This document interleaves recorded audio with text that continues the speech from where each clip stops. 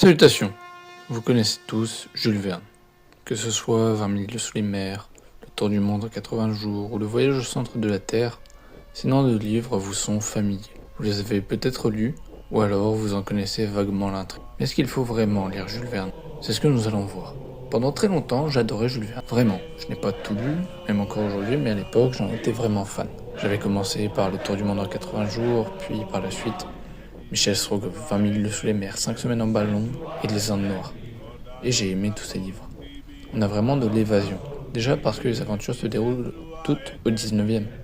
Et donc on voit les avancées technologiques de l'époque, comme le train, mais aussi les rêves de cette époque, avec par exemple le sous-marin dans 20 000 lieues sous les mers. Et on a aussi une évasion spatiale. Le tour du monde, de la mer, la traversée de l'Afrique. Les descriptions sont très travaillées, avec parfois même des explications scientifiques et des calculs. Et enfin, les personnages sont très attachants et identifiables. On ne peut pas les confondre et on est rapidement investi dans leurs aventures et péripéties. Les livres ne sont pas non plus trop longs, et la fin, la plupart du temps, est satisfaisante. Mais au fil du temps, on rencontre des problèmes.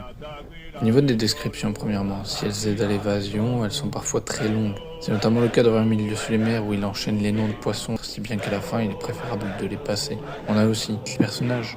En effet, même s'ils sont tous attachants, assez vite en lisant les romans de Jules Verne, on se rend compte qu'ils ne sont que des calques d'autres personnages de ses anciens livres.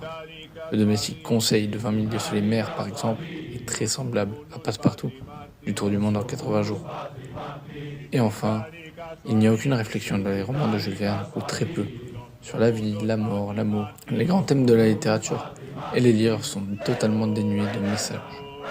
Et donc j'ai complètement réduit mes lectures, mais c'est simplement parce que les livres de Jules Verne ne sont pas ce que je recherche. En fait, Jules Verne, c'est un petit peu comme regarder un film Avengers. Vous allez avoir de l'action, des personnages que vous aimez, vous allez être transporté dans un monde différent du vôtre, et passer vraiment un bon moment.